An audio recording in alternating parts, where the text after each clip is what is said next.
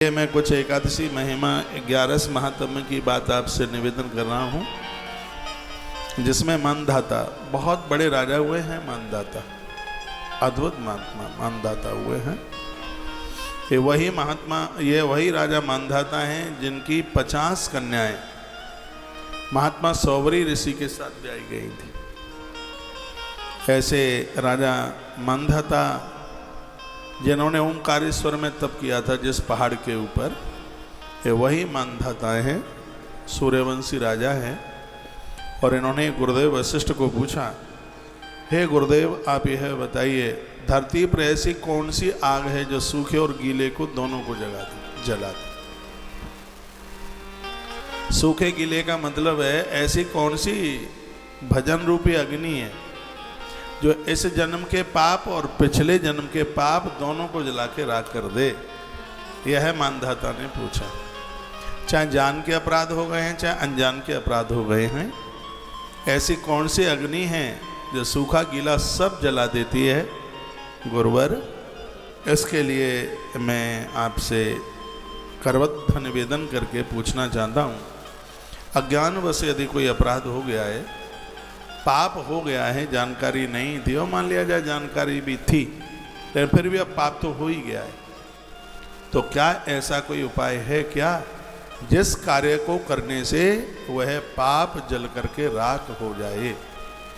यदि हे गुरुवर यदि ऐसा कुछ है तो आप कृपा करके वह समाधान हमें बता दे। वशिष्ठ जी ने कहा, हे नपश्रेष्ठ सुनो, जिस अग्नि से सूखा और गीला दोनों ही जल करके राख हो जाता है, और ऐसी अग्नि है, वो अग्नि है जो मनुष्य भगवान विष्णु का दिन, जिसको हरिवासर कहते हैं, और दूसरे शब्दों में जिसको कहते हैं एकादशी, जो हमारे 11 तत्वों को वश में करा देती है। 5 ज्ञानेंद्रिय, 5 कर्मेंद्रिय 10 और 11 मन। इन तीनों, ये जो इन 11 तत्वों को काबू में करा देती है राजन, बद्रीनाथ में प्रकट होने वाली वो एकादशी।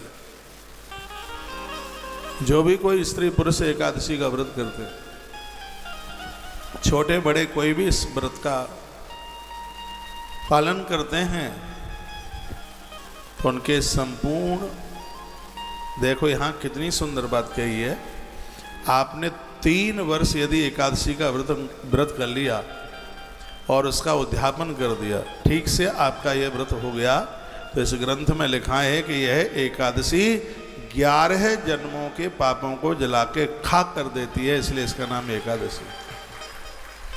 11 जन्मों के पाप जलाती है एकादशी।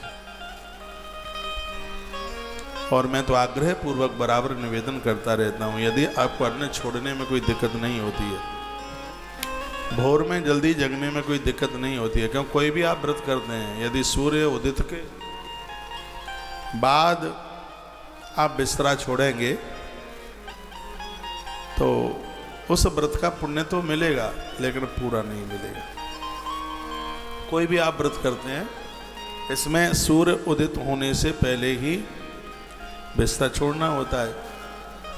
तो गुरुदेव वशिष्ठ कहते हैं, राजन यदि किसी ने एकादशी का व्रत एक नियम पूर्वक कर लिया है, तो एक जन्म के नहीं, उसके 11 जन्मों के पाप जल करके राख हो जाते हैं। इसके कुछ नियम हैं। इसके नियम ये है कि 1,00,000% द्वादशी के दिन गंगा जल और तुलसी पत्र मुख में जाना ही चाहिए। यह आप कुछ लिखने लायक बातें और आप भूल जाएंगे। तो यह द्वादशी वाले दिन तुलसी पत्र और गंगा जल, गंगा जल में तुलसी पत्र डालिए तो तुलसी दल बन जाता है।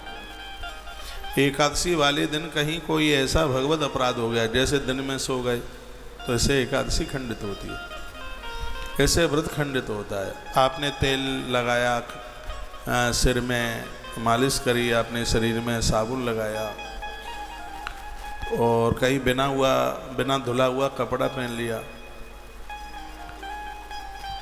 कुछ जूठे मुंह से आपने देवी देवताओं को छू लिया, ग्रंथ को छू लिया, तो इससे भगवदीय अपराध लगता है, भगवदीय दोष है यह। लेकिन जब द्वादशी के दिन जब आप व्रत खोलते हैं और आपने तुलसी दल अपने मुख में डाल लिया है, गंगा जल तुलसी पत्र डाल लिया है, तो गुरुदेव वशिष्ठ कहते हैं राजन मानधाता उसी समय भगवत दोष दूर हो जाते हैं। इसलिए हर स्त्री पुरुष को जो 11 का व्रत करते हैं वह द्वादशी वाले दिन गंगा जल और तुलसी पत्र अपने मुख में डालें। जितने भी पापकृत कर्म हैं वो एकादशी के दिन चावल में रहते हैं, चने की दाल में रहते हैं, मसूर मटर में रहते हैं और कांसे के पात्र में रहते हैं।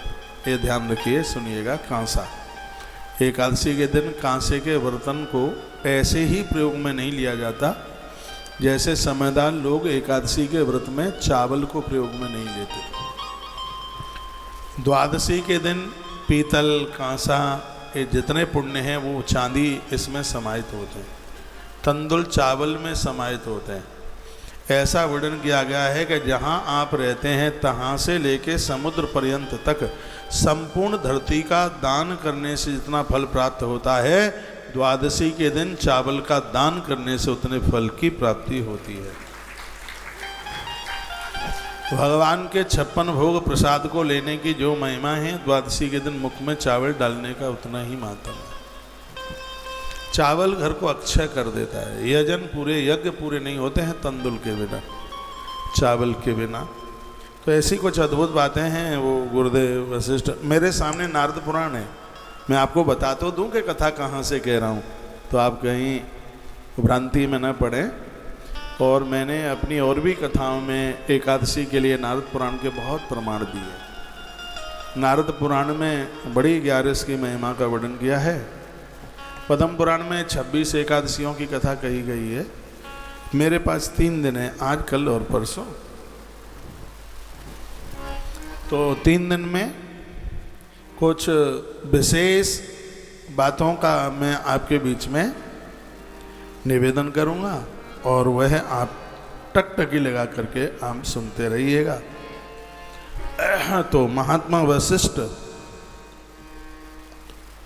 और राजा मानधाता का ये संवाद जो आप सुनने के लिए जा रहे हैं। गुरुदेव वशिष्ठ ने कहा, हे राजन, एकादशी का जो व्रत है इसे उपवास के करके भगवान मधुसूदन की जो उस दिन पूजा करते हैं, आंवले से जो स्नान करते हैं, आंवला, एकादशी के दिन आंवला देह पर लगाकर और स्नान करने की जो महिमा है वो इस ग्रंथ में आप सुन रहे हैं। आंवला का रस आप पानी में डाल लीजिए या देह पर लगा लीजिए और आधी रात्रि तक, 11 के दिन रात को सोइए मत, आधी रात्रि तक कम से कम जागरण कीजिए। वह व्यक्ति अपने संपूर्ण पापों से मुक्त हो जाता है। कितना भी बड़ा पाप हो, 11 के दिन आधी रात्रि को जागरण, एकादशी का व्रत और बाल्टी में जल में आंवला डाल लें, आंवले का रस डाल लें, उससे स्नान करें तो कायिक, वाचिक और मानसिक 3 प्रकार के पाप जल करके राख हो जाते हैं। कायिक अपराध उसे कहते हैं जो शरीर से की गई, और वाचिक अपराध उसे कहते हैं जो वाणी से की गई। किसी को गाली दे दें तो उससे भी तो पुण्य छीण ही होते हैं। और मानसिक पाप उसे कहते हैं जिन पापों को मन में विचार कर लिया गया।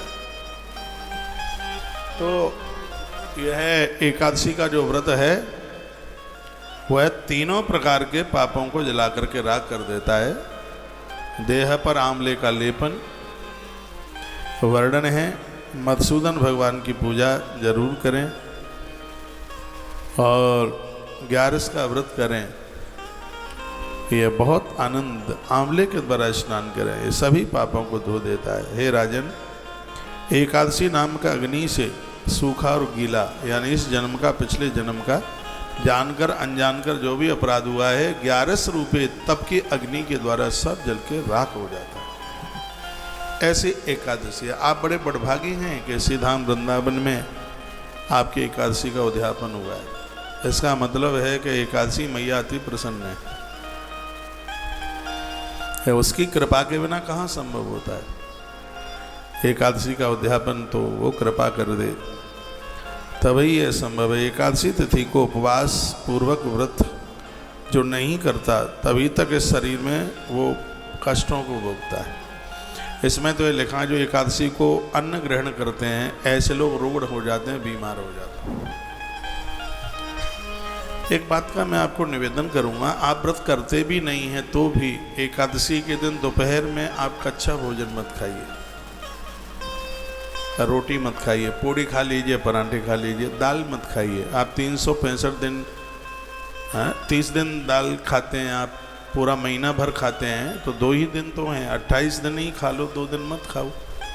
यदि जिसका निषेध किया है तो मत खाइए, क्योंकि 11 के दिन ये कच्चा भोजन ठीक नहीं है। दाल, फुल्का, चावल इसी में लिखा है, इसको बिल्कुल भी मत लीजिए। अब इसमें तो ये लिखा है जो एकादशी के दिन ये कच्ची रसोई खाते हैं उसको तो विष्ठा कह दिया गया।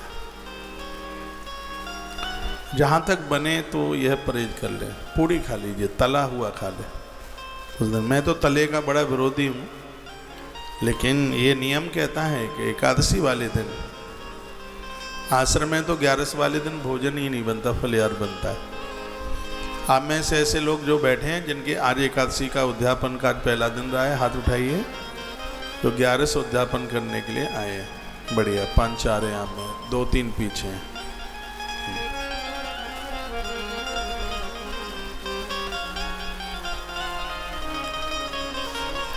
जो एकादशी के उद्यापन के लिए आए हैं वो तो फलिहार करेंगे ही, लेकिन जो उनके संग आए हैं वो भी होटल वोटलों पर कच्चे फुलके ना खाएं। वैसे तो इतनी अद्भुत व्यवस्था रही है कि बाहरी होटलों की ज़रूरत ही कहाँ है। आप भले ही 11 का व्रत करते नहीं हैं, लेकिन जब आप तीर्थ में जाते हैं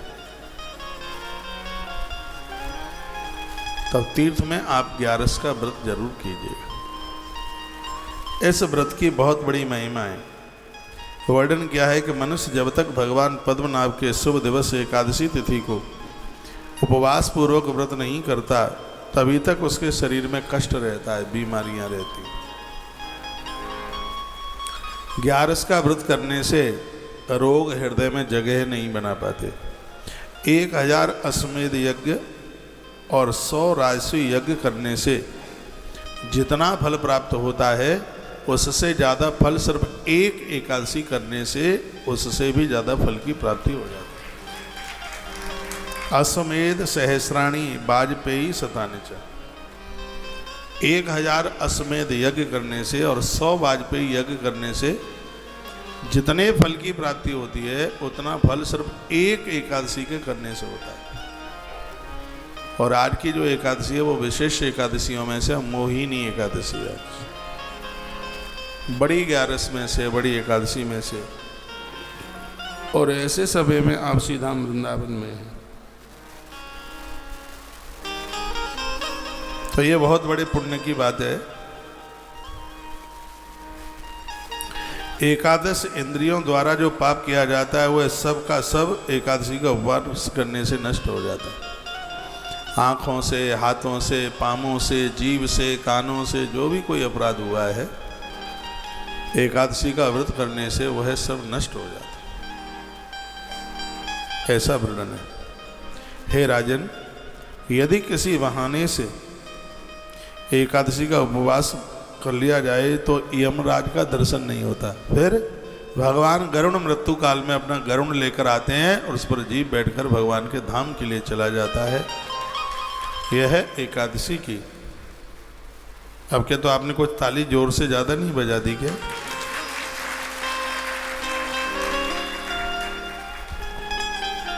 आप पूछ रहे हैं कथा लाइव चल रही है क्या? कथा लाइव ही चल रही है, बासी नहीं है, ताजी है। आप सुनते रहिए, टीवी पर सुन रहे हैं, यूट्यूब पर पूछ रहे हैं। बहुत इम्पोर्टेंट कथा है, प्रमुख कथा है। 11 वाले दिन और आप 11 की महिमा सुन रहे हैं, 11 का मातम्य सुन रहे हैं, तो पुण्य की तो बात है ही। यह एकादशी स्वर्ग और मोक्ष दोनों देती है। मुक्ति प्रदानित करने वाली यह तिथि है। वर्णन किया गया है राज्य और पुत्र को प्रदान करने वाली है। जो किराए के मकान दुकान में रहते हैं, आप श्रद्धा से 11 का व्रत तो करके देख लीजिए।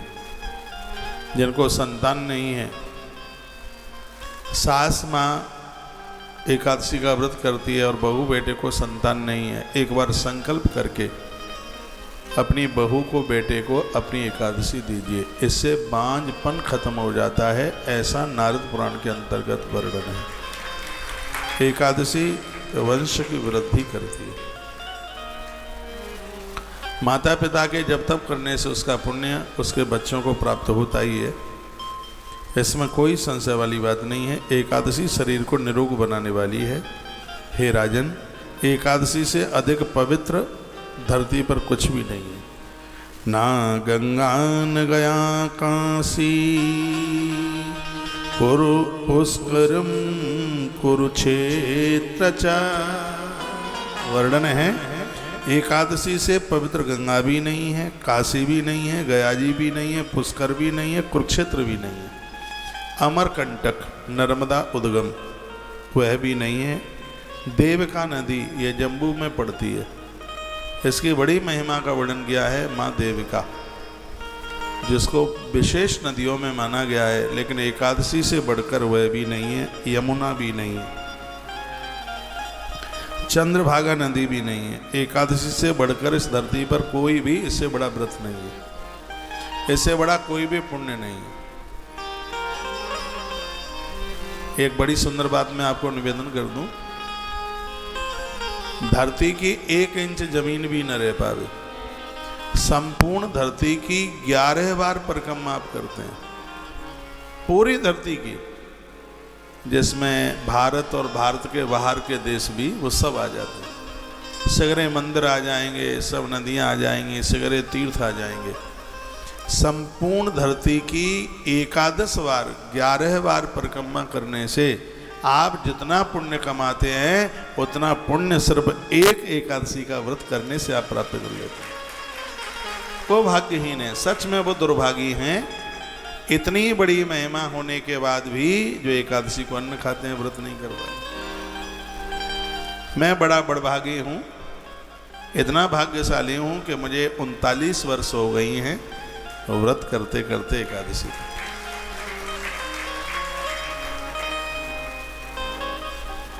पूरा 39 वर्ष हो रहा है। क्या मेरे लिए आनंद की बात नहीं है कि 39 साल में धोखे से भी एकादशी के दिन अन्न मेरे पेट में नहीं गया, धोखे से भी, भूल करके। एक बार मैंने 2010 में यहाँ वृंदावन में कथा हुई थी, लगभग 1500 ब्राह्मण भागवत जी का पाठ कर रहे थे, 30,000 लोगों के आवास की व्यवस्था की, मथुरा वृंदावन सब बुक कर रखा था। वृंदावन में कुंभ हुआ था, तो उस समय एक आयोजन किया था, उस समय मैंने एक बार अपनी एकादशी का उद्यापन कर दिया। सब लोग कर रहे थे, मैंने भी कर दिया। कुछ ऐसा तो था नहीं कि व्रत बंद करना। मैंने कहा वृंदावन की धरती है, आगे का तो आगे का ही है, पता नहीं कहीं। उन दिनों में मैं लौट के आया था, कहीं बाहर था मैं, प्रदेश में, इंडोनेशिया वगैरह। लोग बड़े प्रभावित हुए थे, कहा कि आप जैसे लोगों की ज़रूरत यहाँ भी है। तो एक बार मुझे ऐसा लगा था कि मैं भारत छोड़ करके कहीं परदेश में ना चला जाऊँ, कहीं विदेश में। वैसे मुझे अच्छा लगता नहीं है वहाँ, लेकिन उस समय एक ऐसा वातावरण बना, काफ़ी फ़ोन थे लोगों के, बहुत आह्वान थे, लोग बहुत बुला रहे थे। एक बार में कुछ ऐसा लगा कि भारत छोड़ करके और कहीं पड़ाव बाहर का ना हो जाए। तो मैं 2006, 7, 8 इन वर्षों में बाहर में था, मैं विदेश में। तो फिर मैंने कहा बात की तो बात की बात है, क्या होगा कैसा होगा, चलो एक बार एकादशी का उद्यापन कर ही देते हैं। और सत्य है, जिस समय वो एकादशी का जो उद्यापन जो हुआ है, उस आनंद को शब्दों में वर्णित नहीं कर सकता। जैसे पूर्णिमा को चंद्रमा पूर्ण हो जाता है, खिल जाता है, एकादशी का उद्यापन करने से एकादशी मैया पूर्ण रूप से खिलकर भक्त के सन्मुख चल करके आ जाती है, अपनी अहेतु की कृपा उड़ेल देती है। इसलिए एकादशी का उद्यापन तो हर भक्त के लिए 3 वर्ष में से कीजिए, अधिक मास पढ़ना चाहिए इसमें। उद्यापन इस अधिक मास में मत करना। इसलिए मत करना क्योंकि अधिक मास आपके चौमासे में पड़ रहा है, इसलिए। और महीनों में पड़ता तो आप कर सकते थे। और जब देव शयनित होते हैं तब एक प्रदोष और गणेश चौथ को छोड़ करके और कोई उद्यापन नहीं होता। एक तो प्रदोष का उद्यापन हो जाता है और एक गणेश चौथ का उद्यापन हो जाता है। मैंने तो ये उद्यापनों वाला भी पूरा का पूरा विज्ञान पढ़ लिया है, ये सब हमारे ग्रंथों में वर्णन है। तो जो आप व्रत करते हैं उसमें एक बार अधिक मास पढ़ना चाहिए, क्योंकि एकादशी 26 होती हैं। तो एक बार वो 26 एकादशियां आ जाएं। किन्हीं के पुरखे व्रत करते हुए चले गए और वो उद्यापन नहीं कर पाए, तो घर में बहू हो, बेटा हो या कोई और हो, उनके निमित्त 26 एकादशी का व्रत कर लें, फिर उनका उद्यापन विसर्जन कर दें। तो 3 साल में, 5 साल में, 7 साल में, 9 साल में और 11 साल में, इससे और भी ज़्यादा टाइम आप ले सकते हैं 11 के उद्यापन के लिए। और यदि आपका शरीर इस बात के लिए सहन करता है तो उद्यापन के बाद भी आप 11 का व्रत कर सकते हैं। दोबारा उद्यापन करने की जरूरत नहीं है। उद्यापन क्यों किया जाता है? कभी ऐसी परिस्थितियां बन जाती हैं, हारी दुखारी बीमारी, और उसमें व्रत छूट जाता है तो उसका अपराध नहीं लगता। वैसे यह भी विधान है, इस ग्रंथ में लिखा है कि मान लिया जाए माँ व्रत करती है, एक उदाहरण के तौर पर, उसके माथे में दर्द है, उसको कोई दिक्कत है, उसको परेशानी है। एक तो दवाई लेने से कोई भी व्रत खंडित नहीं होता, ऐसा नारद पुराण में लिखा है। दवाई लेने से कोई व्रत खंडित नहीं होता। एक धोखे में कोई अन्न का ग्रास आप ले लेते हैं, उससे भी व्रत खंडित नहीं होता। जैसे मान लिया जाए एकादशी है और कोई बूंदी के लड्डुआ बांट रहा है और आपको ध्यान नहीं था और आपने एक चटका दिया, एक लड्डुआ ले लिया आपने, और फिर ध्यान में आया, ओ रे आज तो एकादशी थी। फिर आप कहते हैं चलो अब लड्डुआ तो खा ही लिया है, 2 फुलके भी चटका दो, अब क्या है, अब तो जैसा ही 100 मन वैसा ही 125 मन। ऐसा करके आपने अन्न खा लिया तो घोर अपराध हो जाएगा। व्रत तोड़ने का भारी अपराध है। कितना अपराध है? शिव महापुराण में कोटिरुद्र संहिता में वर्णन है, पत्नी पति को समाप्त कर दे और पति पत्नी को समाप्त कर दे, खत्म कर दे, तो जिनको नर हत्या और स्त्री हत्या का जो अपराध लगता है, व्रत तोड़ने वाले व्यक्ति को वही अपराध लगता है। इसलिए बातों ही बातों में व्रत तोड़ा नहीं जाता। वो धोखे से आपने ले लिया है, फिर भी उस व्रत को पूरा कीजिए। हमने ये भी तो पढ़ा है कि इससे व्रत खंडित नहीं होता। जिस व्रत को आप हृदय से मानते हैं तो धोखे से भी अन्न जा ही नहीं सकता अंदर। यदि आपको पूरा ध्यान है, मैंने बहुत मंगल करे हैं, आज भी करता हूँ, अब तो मैं अन्न लेता ही नहीं हूँ, लेकिन जब लेता था तब भी मेरा कभी मंगल नहीं टूटा, मेरी कभी एकादशी नहीं टूटी। और आज मैं जो संकल्प ले लिया है मैंने, मुझे लगभग 4 साल होने को है, और 4 वर्ष में धोखे से भी कोई अन्न का टुकड़ा मेरे पेट में नहीं गया, धोखे से भी। क्यों? बाजार की चीज़ें मैं खाता नहीं हूँ, क्योंकि मिलावट ज़्यादा होती है। आपको तो कहेंगे वो खोए के लड्डू हैं, लेकिन वो खोए के लड्डू में खूब मैदा होती है, अरारोट होता है। इसलिए मैं आपको प्रार्थना करूँगा, प्लीज़ आप मुझे ज़बरदस्ती ना किया करें। एक मैं बहुत संकल्प लिए बैठा हूँ, चल रहा हूँ, तो आप कहते हैं कि यह रबड़ी बिल्कुल दादू राम की दुकान की है, और उसके यहाँ पर बहुत दादू राम जी की दुकान पर बहुत अच्छे तरीके से बनाया जाता है। ठीक है, दादू राम जी की दुकान बढ़िया है, लेकिन दादू राम जी की दुकान पर बनाने वाले गुटखा भी खाते हैं, चप्पल पहन करके भी बनाते हैं, वो 8-8 दिन तक नहाते भी नहीं हैं, नाक भी वहीं पहुँचते रहते हैं, थोड़ा मटेरियल भी उसी में टपकाते रहते हैं। और मौका मिल जाता है तो दादू राम का बेटा थोड़ा कह देता है कि रबड़ी में थोड़ा अरारोट मिला दो, सैली हो जाएगी। ये ऐसा होता है ऐसा। तो जो भी बाजार की चीज़ें मैंने सब छोड़ रखी हैं, और मैं उसको इसलिए मैंने बोल दिया है। सुबह एक माता जी पीछे पड़ गई थी, बोल दिया नहीं महाराज जी ये आपको हमारे यहाँ का बहुत प्रसिद्ध है, ये लड्डू है, और ये लड्डू हमारे यहाँ बनता है और बॉम्बे के लोग इसको मंगाते हैं। पेड़ा हमारे चिड़ावा का है, ये लंदन जाता है ये पेड़ा, इसलिए तो तुमको लेना ही पड़ेगा। मैंने कहा मेरी प्रार्थना है, मैं एक संकल्प और नियम लिए हुए बैठा हूँ और मेरा संकल्प बरकरार पूरा होता रहेगा, चलता रहेगा, तो इस पुण्य के एक हिस्सेदार आप भी होंगे। केवट की कथा में एक बड़ी सुंदर कथा थी, आप बोर तो नहीं हो रहे हैं?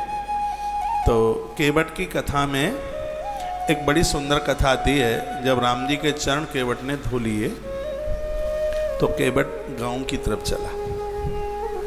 तो राम जी पूछे कहाँ जा रहे हैं?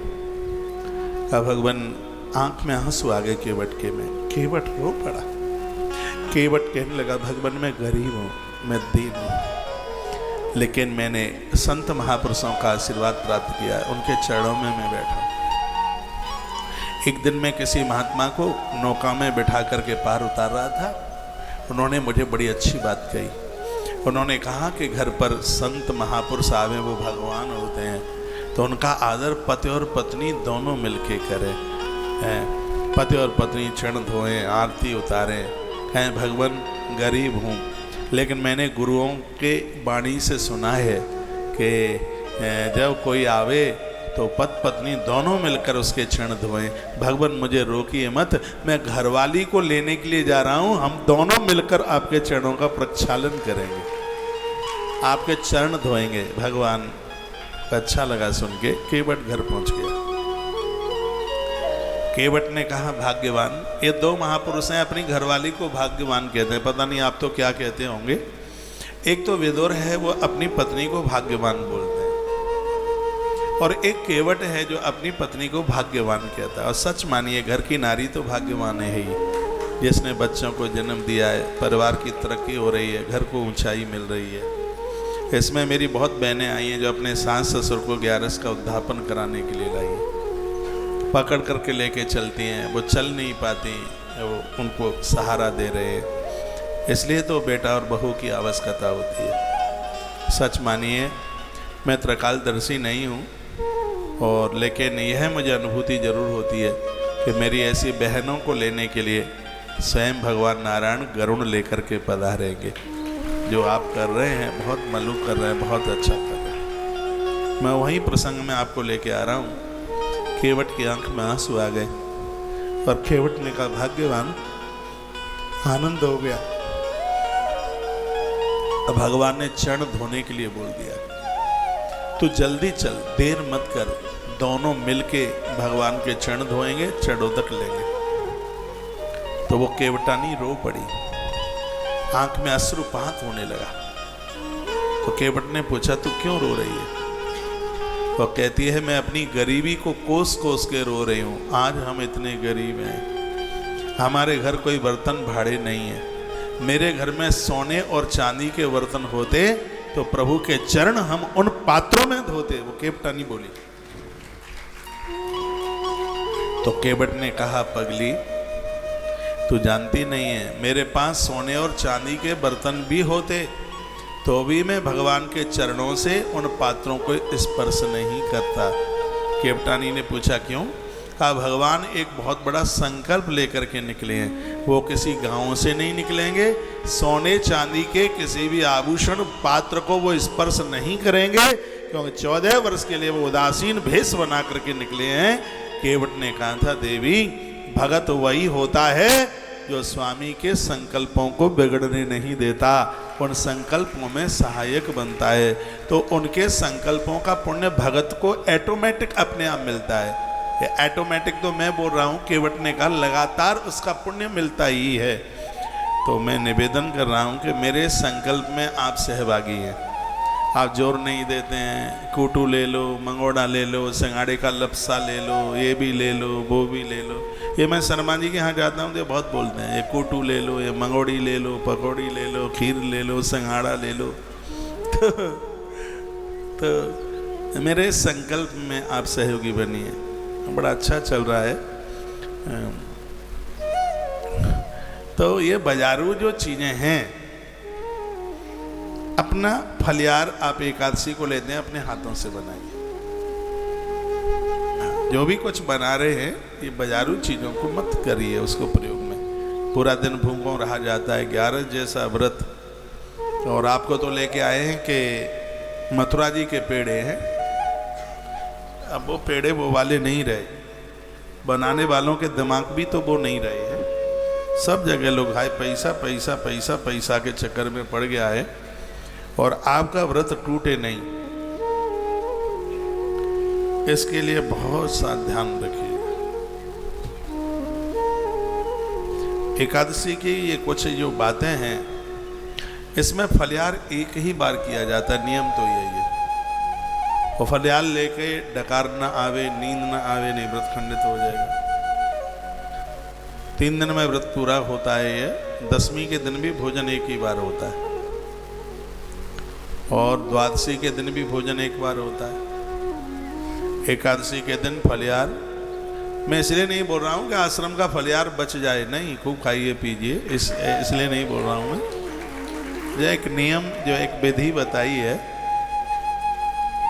हम लोग तो उस जमाने में एक ही बार में 3-3 दिन का खा लेते थे, तब की बात है। एक कोई श्रीमान बोले मैं भी व्रत करता हूँ लेकिन एक दाढ़ से खाता हूँ। हमने कहा कुटी कतरने वाली जो मशीन है जिसमें एक गड़सा होता है, क्या वो काम नहीं करती है? एक दाढ़ से तो लोग बहुत खा लेते हैं। 3 दिन का ये व्रत है। 10वीं की रात्रि को अन्न छोड़ा जाता है।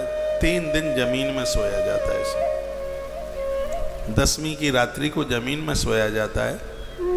11 की रात्रि में आधी रात्रि तक जागरण करना होता है, जमीन में सोया जाता है।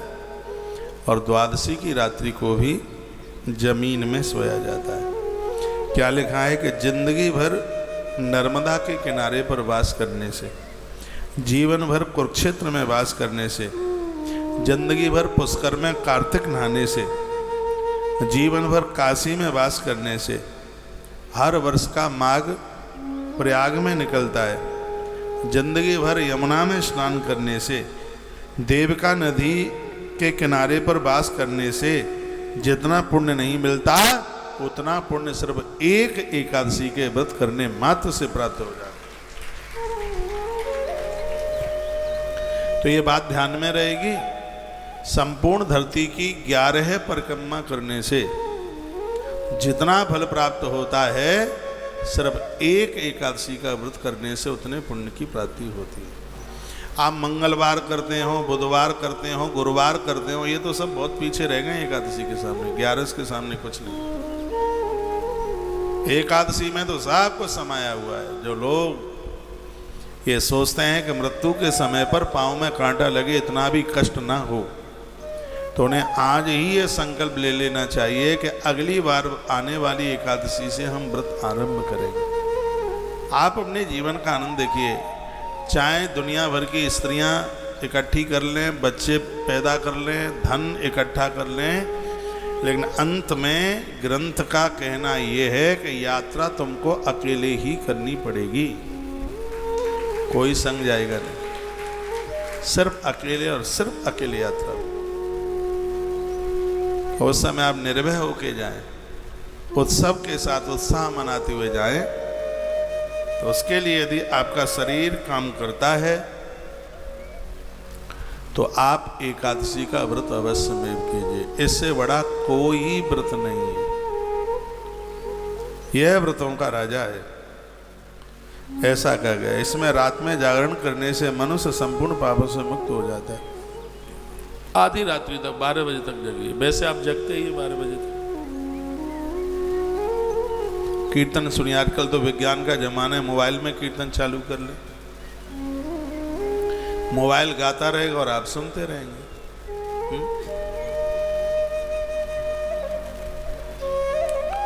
भगवान रात्रि जागरण करने से संपूर्ण पापों को जला देते हैं। हे राजेंद्र, एकादशी का व्रत करने वाले लोग